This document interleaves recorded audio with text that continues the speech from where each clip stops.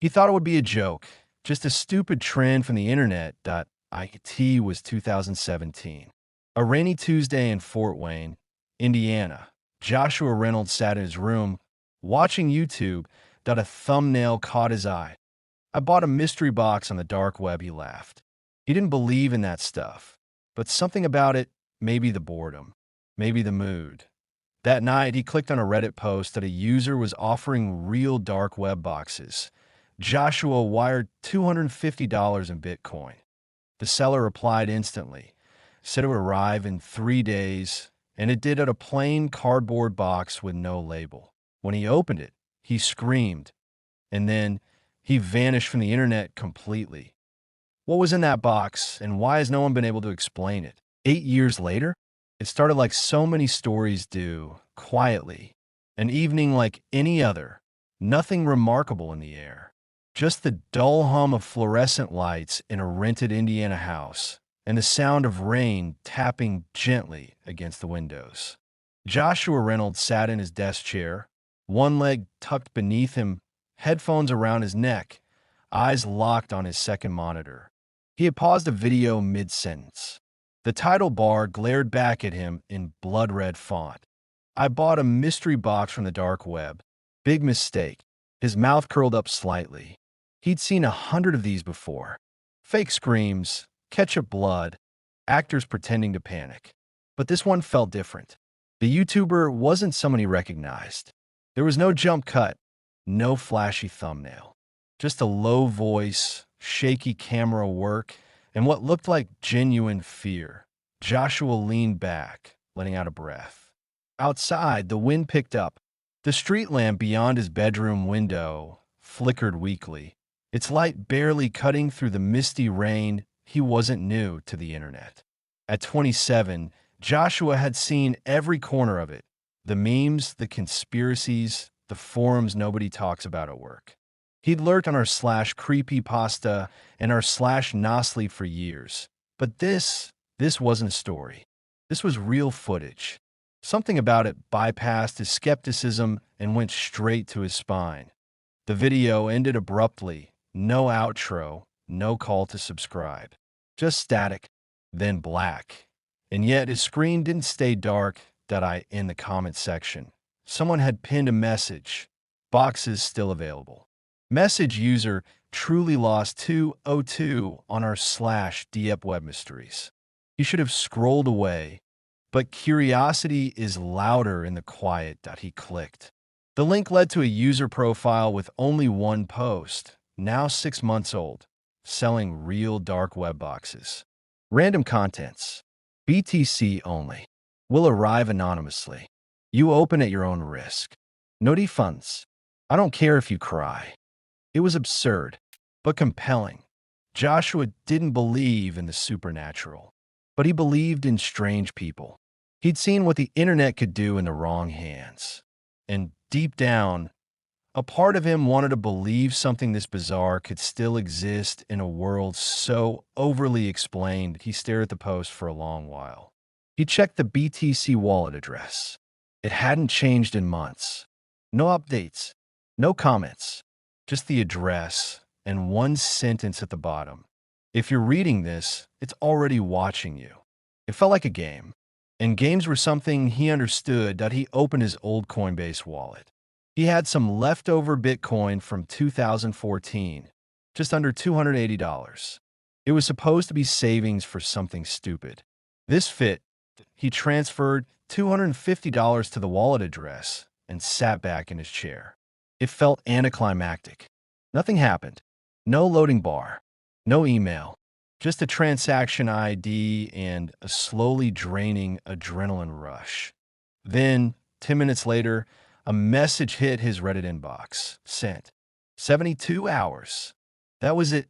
Joshua stared at the message, half expecting more. But there was nothing else.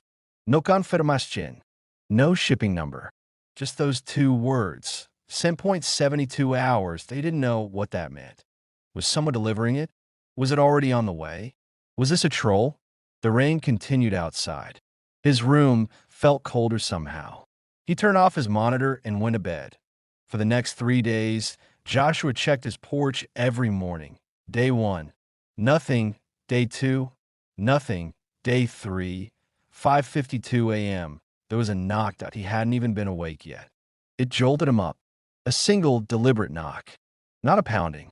Not the UPS rhythm. Just one hit against the wood. He stumbled out of bed, barefoot, shirt half on, and opened the front door. N01. Just fog rolling down the street, and the first light of morning cutting through the trees. And a box that IT was small. Plain cardboard. No tape. In a return address. No markings. He stared at it for a moment. Something about it felt wrong. Not dangerous. Not threatening. Just off. Like it had weight it shouldn't. He picked it up and carried it inside. Setting on the kitchen counter, he stood there for a long time. His phone buzzed. A Discord message from his friend Paul. Still on for podcast recording later? Joshua typed back. Might have something wild for content. I'll explain tonight. He grabbed his camera. Nothing fancy, just a Canon M50 he used for his gaming videos. He placed it on a tripod, adjusted the lighting, and pressed record. All right, he whispered, staring at the box. Let's see what I wasted $250 on. Use a knife to cut the top flaps.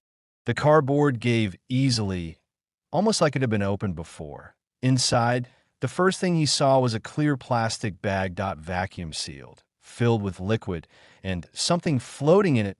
He didn't touch it. He leaned closer, adjusting the camera to zoom in. It wasn't immediately obvious what the object inside was. At first, it looked like a piece of meat, but then he noticed the shape, folded, soft, with small indentations. Like ridges. It looked like a human ear.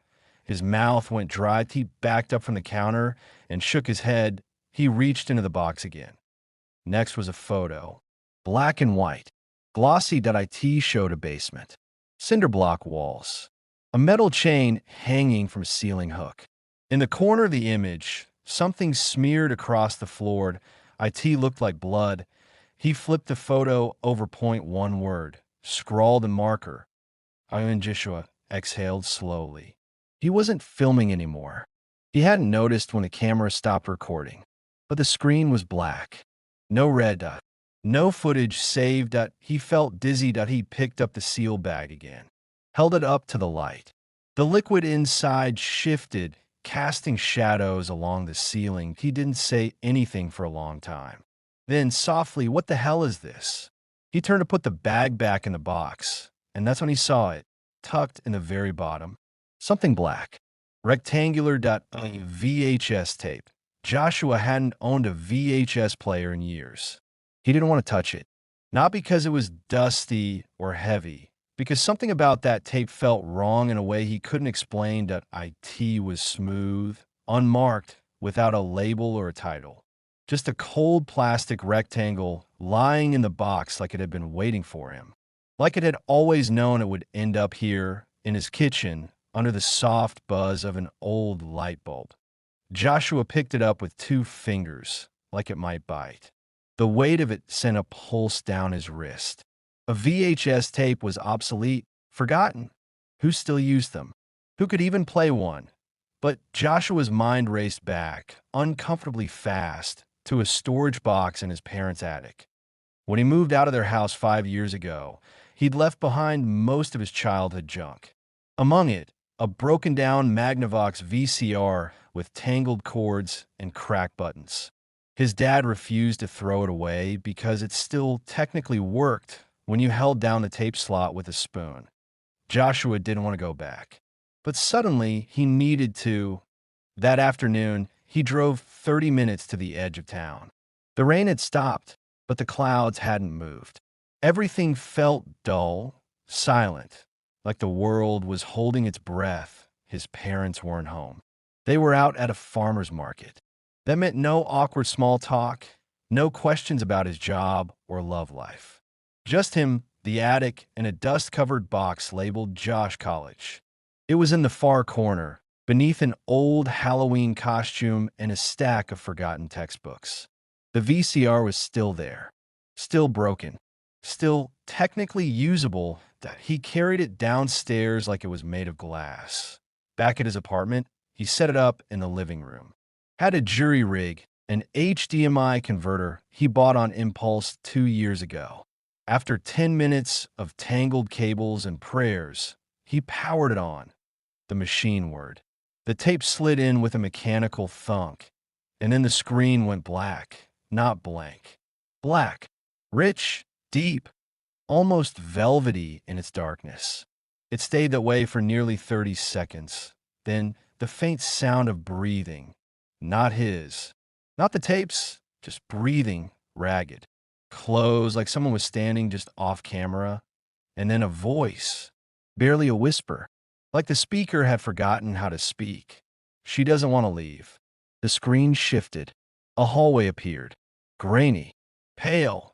The camera moved slowly, almost hesitantly, down the hall. The walls were lined with faded wallpaper, torn in strips, stained like water had leaked from the ceiling for years. Joshua sat forward, heart thudding.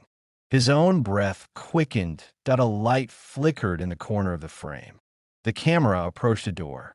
It wasn't closed all the way. From behind it, something moved, not fast, not jerky, just a shadow pulling away, disappearing before the camera got close. Then the feed cut, abruptly, like someone yanked the cord.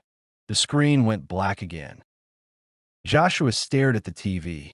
The VHS machine hummed quietly, as if it hadn't played anything unusual.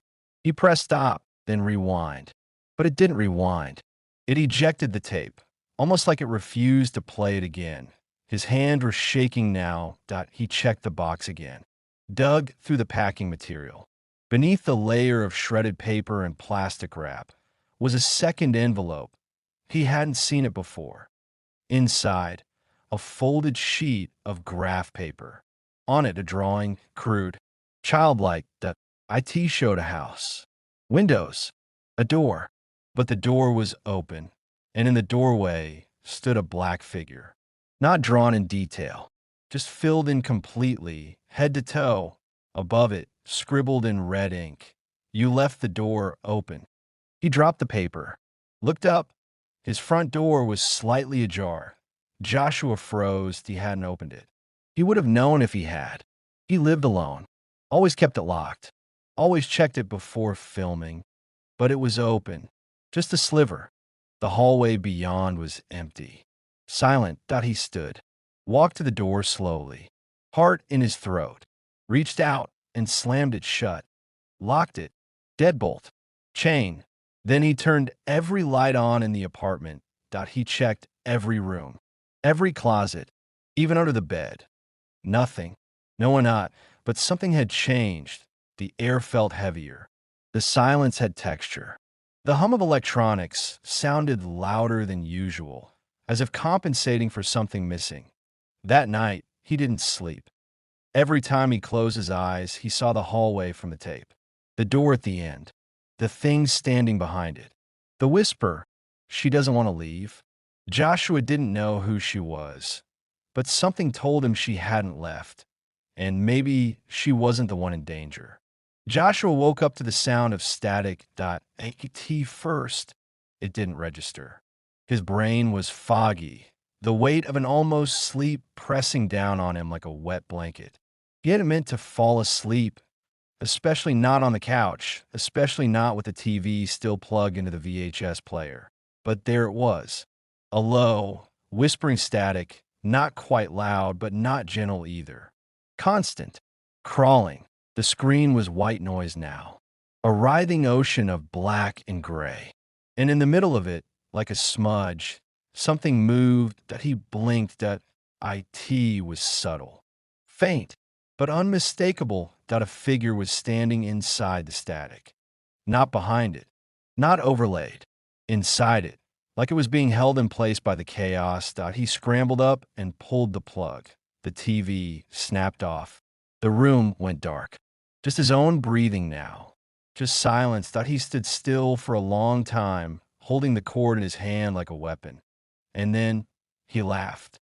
Not because it was funny, but because his brain needed to release something. Fear, tension, the rising pressure of uncertainty. He turned to check the time on a microwave point 3:33 a.m. That he didn't like that. Numbers like that always made people uneasy for a reason. They're symmetrical, too perfect, too intentional that he tried to distract himself. Made coffee, sat down at his desk, opened Reddit.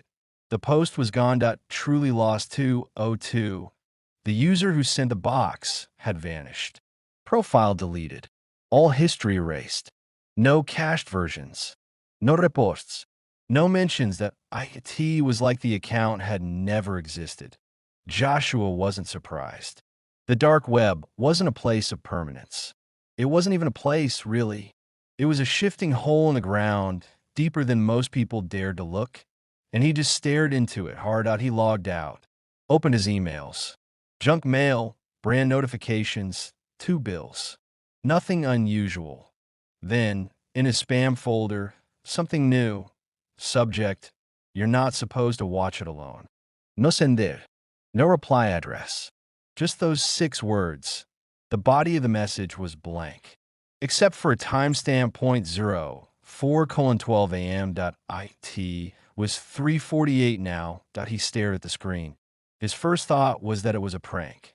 Maybe someone hacked his Wi-Fi. Maybe one of his friends had seen the footage somehow.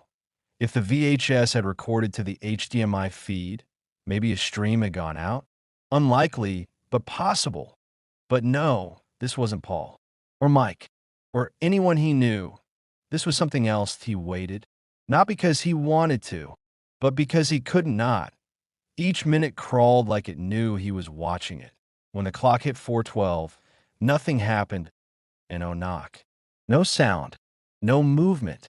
Just the same hum of the refrigerator and the distant whoosh of passing cars. And then his phone buzzed. Unknown number and oh contact name. No photo, just a message. Did you lock the basement? He stared at it. He didn't have a basement. His building didn't have basements. He looked around his apartment like maybe, somehow, one had appeared. Then the second message came in. She found a way. That's when he heard it, a soft creak. Not from above, not from his apartment, from below, the floor, directly beneath him. Joshua dropped his phone, stepped back. He stood in the center of the room, slowly turning in a circle, scanning every inch of the floor, listening, holding his breath. There was again, creak, pause, creak, softer, but moving, like footsteps on wood, muffled by layers of time and concrete. This didn't make sense. There was no lower level in his building. He'd lived here 3 years. It was a slab foundation. No space, no trapdoor. But the sound was real. He grabbed a flashlight and walked to the kitchen, pulled up the floor mat near the sink. Nothing. He went to the hallway, pulled at the carpet, felt along the edges, knocked on the floorboards, solid. But near the closet in the hall, there the sound shifted, a hollow thud. His breath caught. He crouched, pressed his ear to the floor, listened, and heard a whisper. Not words, just presence, not a scream, just breathing. It felt wrong. He backed away slowly, closed the closet door, locked it. It didn't help, because when he turned around, the lights flickered, and there across the room, standing in the center of his hallway, with a shape, faceless, still, unmoving. He blinked, and it was gone. And oh, footsteps. No vanishing sound, just gone. But something lingered, a scent, maybe a feeling, something stale and damp and ancient. But he sat on a couch, holding the flashlight, phone in hand, waiting for daylight. He didn't sleep. And when morning came, the emails were gone, and no record of the message. No sign of the sender. The VHS was still on the table. The box was empty now, and on his kitchen counter, where the bag with the floating ear had been, was a new note, folded once in handwriting. Just typed text, printed cleanly. Don't rewind. She remembers everything. Joshua didn't leave his apartment for 2 days. He didn't answer calls. He didn't check the mail. He kept his phone on silent, and unplugged the VCR entirely. The tape still sat on the table like it was watching him, but he refused to touch it again. Something had shifted in his reality. Time felt slower. Light looked flatter, and his own reflection didn't quite move in sync anymore. That he tried to tell himself it was anxiety, sleep deprivation, a dark web prank that got under his skin. But deep down, beneath the logic and the rationalizations, something ancient inside him whispered the truth. He had let something in, and it wasn't leaving. On the third night, he heard scratching that IT started softly like a mouse behind the walls. But it was too rhythmic, too intentional. And it came from places mice didn't go, above the ceiling, inside the outlets, from the back of the fridge. That night, he stuffed towels under the doors, closed every cabinet, drew blackout curtains over every window. Even though he lived on the third floor, he still couldn't sleep. At T3:11 a.m., he heard the VHS machine power on. That he'd unplugged it. He was sure of that. And yet, there was that a low mechanical hum, the whir of the tape loading, the tiny green LED blinking. That he stared at it from across the room, frozen. The screen remained off. And no video played. No sound, but the machine was alive again. And that's when he heard it, the hallway. Just outside his door, footsteps, not hurried, not soft, just walking. Slow. Measured point, one step, pause. Another step, like whoever was out there wanted to be heard. Wanted him to know they were close.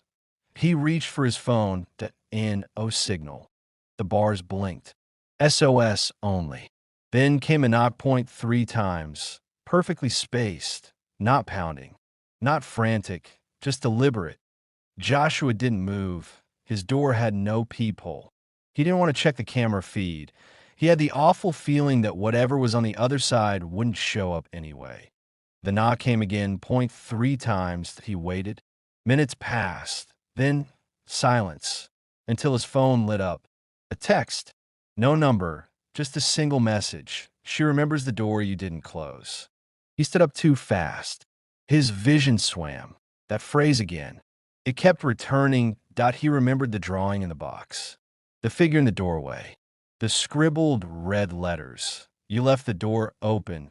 His eyes darted to the front door, still closed, still locked. But something felt off. The chain was undone. He always used the chain. His fingers trembled as he relocked it. His breath came in shallow bursts now.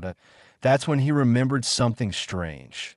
When the tape first played, there was a hallway, peeling wallpaper. A door that was almost closed. IT looked old, broken down, but it was also familiar. Not because he'd seen it before, but because it felt like his hallway. The angles, the light, even the shadows. But his apartment didn't have that peeling wallpaper, unless it used to. He tore a small patch of the wall behind the couch. Beneath the clean coat of eggshell paint was a layer of something older. Faded paper, yellowed glue, tiny flowers. His stomach dropped out. IT was the same. Exactly the same. His apartment had been renovated. That wasn't uncommon.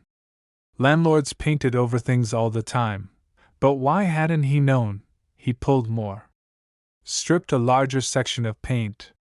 There it was, the same peeling wallpaper from the footage, same tears, same stains. The hallway on the tape was his hallway. He stepped back. Suddenly the air felt thinner, the ceiling lower. Like the room was collapsing slowly around him. The figure, the door, the whisper. She doesn't want to leave. He thought it was a story. Some cryptic urban legend caught on tape. But it wasn't. It was a memory. And somehow, it wasn't hers. It was his. He slept in the bathtub that night, with the lights on and the water running just enough to make a noise that blocked out everything else. He needed to hear something real. Something predictable. The sound of running water became his anchor. But as he dozed, something invaded his dreams. Not images. Not people. Sounds. A girl's voice. repeating the same word over and over again. Not a name, not a warning, just one word, whispered softly. Endlessly. Downstairs. He jolted awake. His phone lay face down on the tile. 6:06 a.m. The bathroom was quiet, but the static had returned. Faint. From the living room. He opened the door. Slowly. The TV was on again. The tape was playing. This time, the hallway on screen wasn't empty. She was standing at the end of it, still, waiting, her face obscured by her own long hair, and in her hands she held something. It looked like a key. Joshua stared at the screen without blinking. She didn't move. The woman, if it was a woman, stood at the very end of the hallway. The tape's grain fuzzed her edges, like static was dripping off her silhouette. Her arms hung stiffly in front of her. The key dangled from her fingers by a frayed red ribbon, swaying slightly, though there was no wind. He wanted to turn the tape off. Wanted to shut down the TV and destroy the VHS once and for all. But something stopped him. It wasn't curiosity. It was pressure. Like if he didn't keep watching, something worse would happen. She lifted her head slowly. No face. Just skin. Smooth, featureless. Like someone had forgotten to finish her. Joshua stumbled backward, knocking over the coffee table. On the screen, the camera began to move forward on its own, gliding silently down the hallway, closer to her. With every step, the edges of the screen darkened.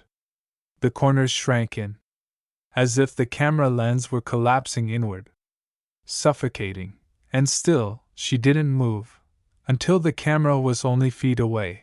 Then, without warning, she opened her hands. The key dropped. The screen went black. Joshua gasped like he'd been underwater. The TV shut off on its own. The machine whirred. The tape ejected. But the key sound didn't stop. He still heard it. A tiny metallic clink, like it had hit the floor right behind him. He turned slowly. There, on the carpet, no more than a foot from his heels, was a key. Old, rusted, and tied to it, a red ribbon. He couldn't move. The key was real. It hadn't been there 5 seconds ago. He bent down and picked it up with trembling hands. It was heavier than expected.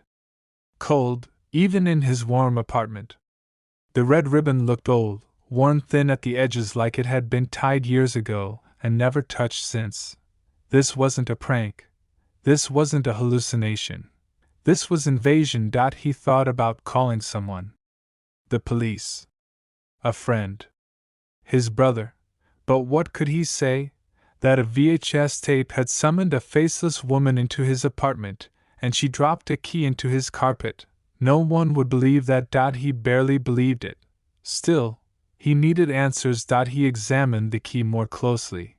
Stamped onto its side was a faint, almost invisible inscription. LB2. He didn't recognize it.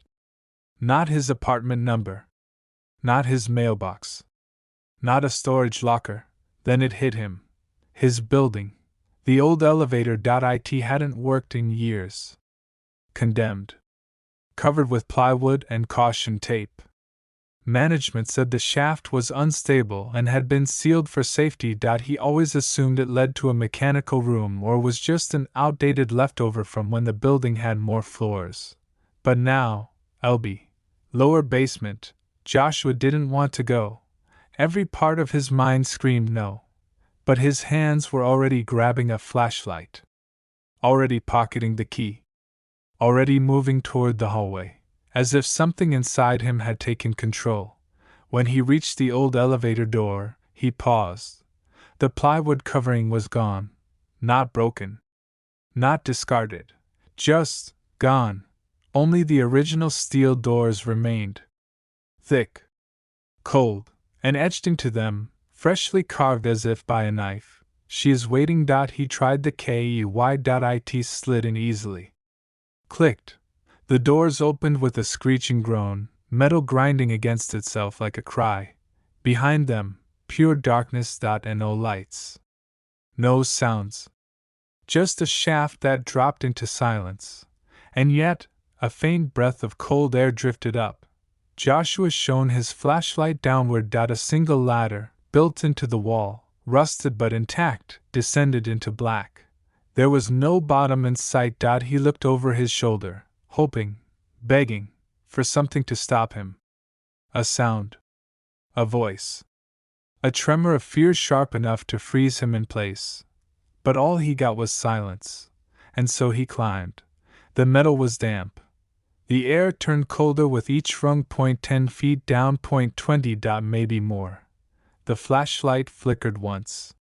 He smacked it. It stayed on.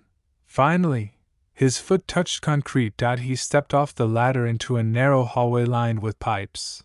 The walls were dripping. Old wallpaper peeled from the ceiling like rotted skin.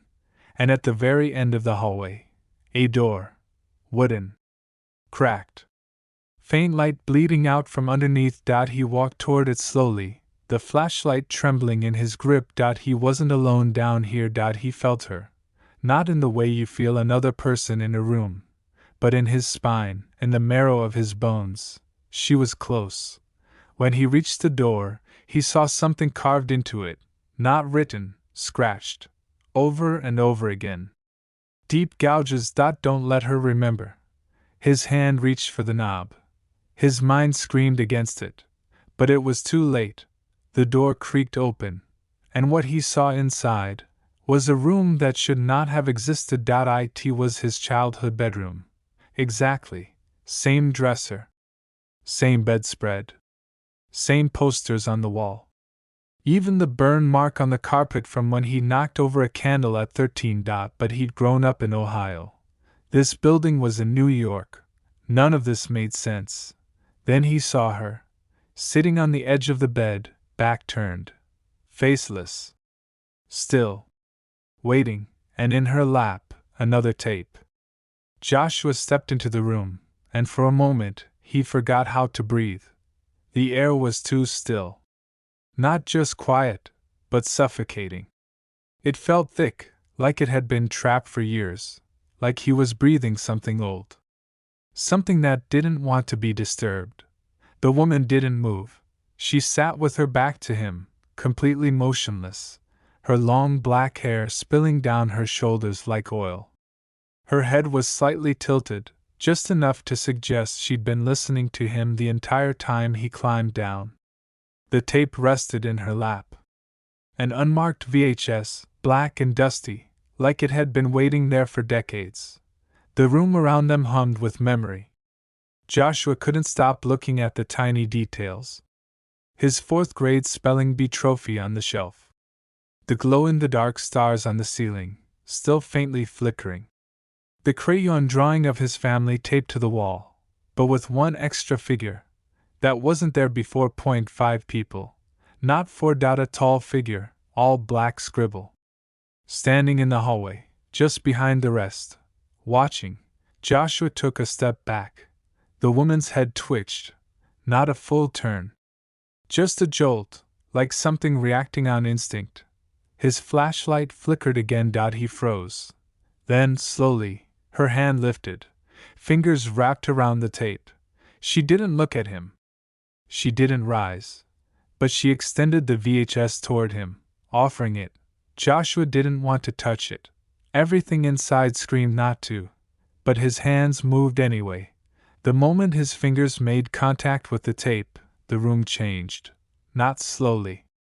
Not gradually, instantly. The bed disappeared. The walls turned gray. The posters vanished. The floor became cold tile. And the woman, she was gone. He was standing alone in a concrete room. No doors. No ladder. No way out. Only the tape in his hands. The VHS player appeared like a trick of light. One moment there was empty space. The next, it sat on a metal table, plugged into a small monitor. Joshua didn't move. He was sweating, shaking.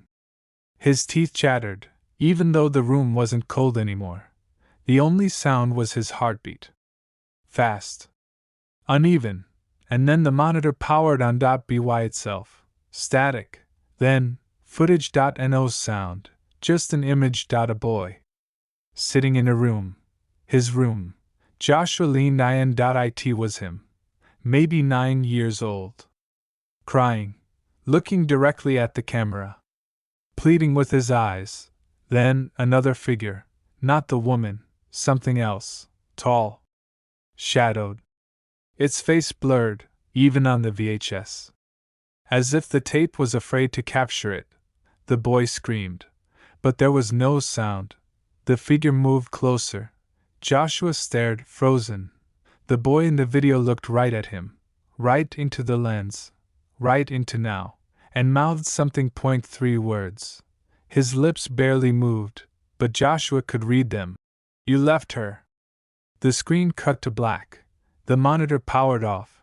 The VHS player melted. Joshua dropped the tape. It sizzled against the floor like metal on fire. He turned in circles. No door.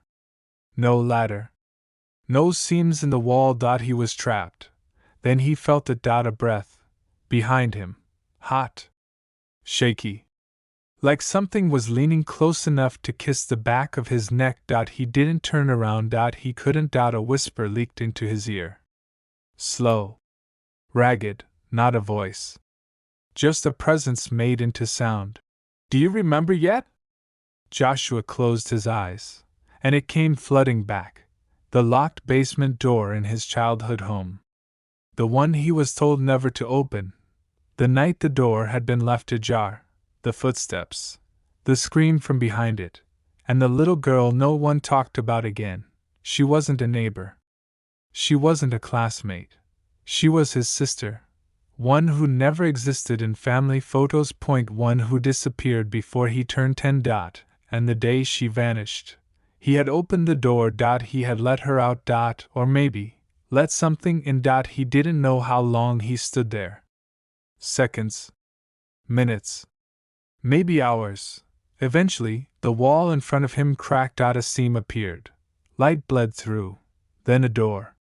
Metal. Rusted. He stepped toward it without thinking. The light behind it flickered. He reached out. The door opened before he could touch it. And the stairwell leading up appeared. And no ladder this time. Just stairs. As if the place had decided it was done with him. He didn't question it. He ran. Joshua emerged into a hallway gasping, like a man pulled from the bottom of a frozen lake. He wasn't sure how many steps he'd climbed, or how long he'd been underground. The passage behind him was gone now. The elevator shaft sealed. No door. No sign it had ever opened at all. Just flat drywall, paint still cracked where the edges had once been. His apartment door stood open. He hadn't left it that way. Joshua stepped inside, expecting everything to feel different. Like the air would hum, or the furniture would shift when he blinked. But it all looked exactly the same. His couch. His TV. The VHS player sitting silent and cold. The original tape was gone. But something new sat on the table. A white envelope. He approached slowly, his heart pounding in rhythm with his steps. The envelope was unmarked. No name. No seal. But he knew it was for him. When he opened it, a single Polaroid slid out. He didn't want to look. He already knew what it would show. Still, his hands lifted. It was a picture of his childhood hallway. Same wallpaper. Same wooden floor. Same light fixture that always flickered near the stairs. But something was wrong. At the very end of the hallway, barely visible in the grain of the photo, was a small figure. A girl, standing in front of the basement door, hair braided, face turned toward the camera, eyes completely black. No whites, just endless, reflecting nothingness. He dropped the photo. It landed face up, and now the hallway was empty. The girl was gone. Joshua stumbled backward. The room grew darker, even though it was the middle of the day. He turned toward the window. Someone was standing on the fire escape. Not close. Just far enough to be unclear. A blurry outline. Head tilted. Watching. He blinked. Gone. He shut the blinds, locked the door, turned off every light. Then he sat on the floor, knees to his chest, heart racing. His phone vibrated. He hadn't touched it in hours. There were no missed calls. No messages. Only one push notification. From an unknown app he didn't remember downloading. Tape 2 is ready. Do you want to remember more? His hands shook so badly he dropped the phone. When he picked it up, the notification was gone. But the app remained. No icon. Just a black square. He pressed it. It opened a new interface. Dark. Minimal. No buttons. Just a rotating VHS icon in the center of the screen and a line of text underneath. Streaming now. LB2. His heart stopped. He hadn't pressed anything. He hadn't agreed. But the screen faded to black. Then flickered to life. He was watching a staircase. Not his. Stone. Ancient. Moss covered the walls. And someone was descending them. Holding a flashlight. A familiar flashlight. The camera moved with the person. Their breathing echoed softly, distorted through low-fidelity audio. Joshua stared, unable to pull his eyes away. Then the figure stopped, turned, and for the first time, the camera panned to their face. It was him. But not him now. Younger. The version of himself that had vanished from his memory. The part of his childhood he couldn't explain. He watched his younger self raise the flashlight. Watch the beam illuminate something dark in the corner. A wooden crib, covered in dust. And inside, movement. Not a baby. Not quite. Something curled, pale, with long fingers gripping the bars from the inside. Joshua dropped the phone. The screen cracked when it hit the floor. But the audio kept playing. That same soft whisper. She still remembers. You need to forget. He crushed the phone beneath his heel. It didn't matter.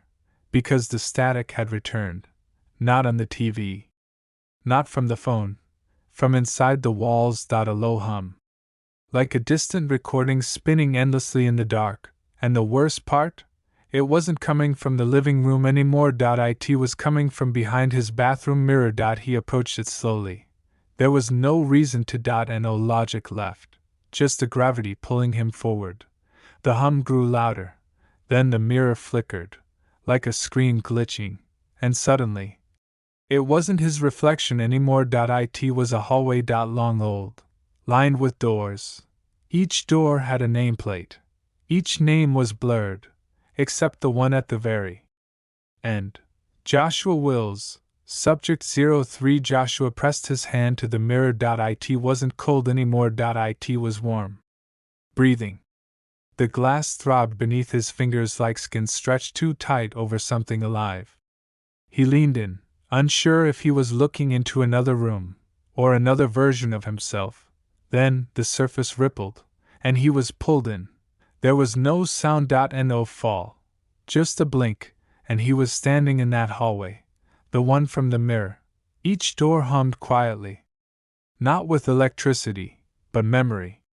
As though each room behind them had a heartbeat, faint and irregular, echoing something long buried and half awake. He walked slowly, reading the nameplates.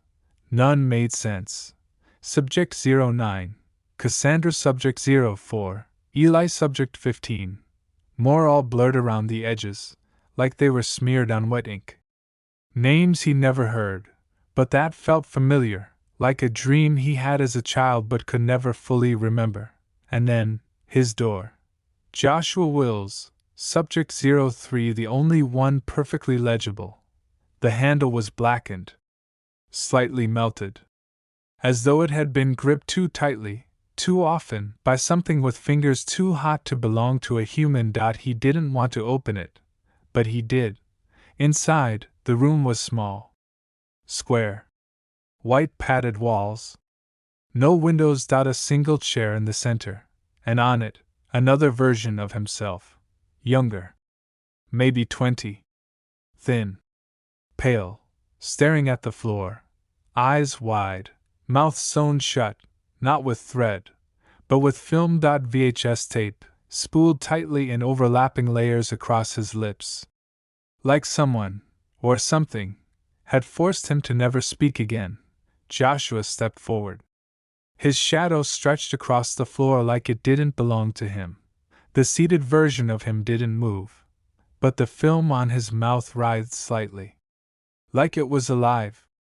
Reacting, Joshua reached toward him, and then the voice came back, not from the figure, not from the room, from everywhere. "You opened the wrong box." Joshua spun. There was no one behind him. Just the padded walls. "You brought her back." Then, light. The overhead fluorescents exploded one by one, showering the room in sparks. Darkness swallowed everything except the outline of the seated version of himself, now slowly raising his head. The film unwound by itself, peeling off his mouth like something slithering out of a wound. The mouth opened and screamed, but not a sound came out, only static, louder than any sound he'd ever heard, painful, piercing. Like every memory he'd buried was clawing to get out at once. Joshua dropped to his knees, hands to his ears, screaming, but still hearing it. The walls began to distort, to pull away, like they were being peeled off reality itself. And then, he was home again, on the floor of his apartment, breathing, alive. The sun had risen, birds chirped, cars passed outside. It was as if nothing had ever happened. The mirror, whole. His phone, fixed. No cracks. No mysterious app. The VHS? Gone. In envelope. No photo. No static in the walls. Joshua sat there for hours, staring at his reflection in whispers, in voices, in tape. But he knew. Something had changed. Something had followed. That night, he opened his laptop. He didn't know why. Just a compulsion. He typed into a search engine, LB series tape. Nothing, then. Dark web VHS recovery project. Still nothing. Then he remembered the folder from the original mystery box, the one named Oven for Archives. He opened it. Only one file remained, an image that he clicked at. IT was a still from a security camera. Timestamp 12 hours in the future. IT showed his hallway. Outside his door, a figure standing there, silhouetted, long black hair, head tilted, waiting. Underneath, one line of text. "You never forget your first subject." He slammed the laptop shut, but when he turned, his front door was open, and the tape was sitting on the floor, face up. Unmarked. Waiting for him. He didn't move, didn't breathe. Just listened to the faintest sound in the air, the soft, innocent giggle of a little girl, coming from inside the tape. Realization. The mystery box had never been random. IT had been sent to him, specifically, because he had opened the door once before, and someone or something was still waiting on the other side. Reflective message. Sometimes memory is a prison, and forgetting is the only way out, but the dark doesn't forget, and the tapes always play again. You can burn them, erase them, destroy the players. Smash the screens. That IT doesn't matter, because the story was never on the tape. That IT was inside you, the CT. And if you ever find a mystery box on the dark web, don't open it. And if you already have, check your hallway right now and pray your name was never on a door. Joshua never made another post online, not on Reddit, not on Discord, not anywhere. Police came. The box was taken. But inside was something even the detectives wouldn't talk about. This day. The contents have never been revealed publicly. Only one phrase was ever leaked in an old report. Biological material. Unidentifiable. Was it a prank? Or something darker?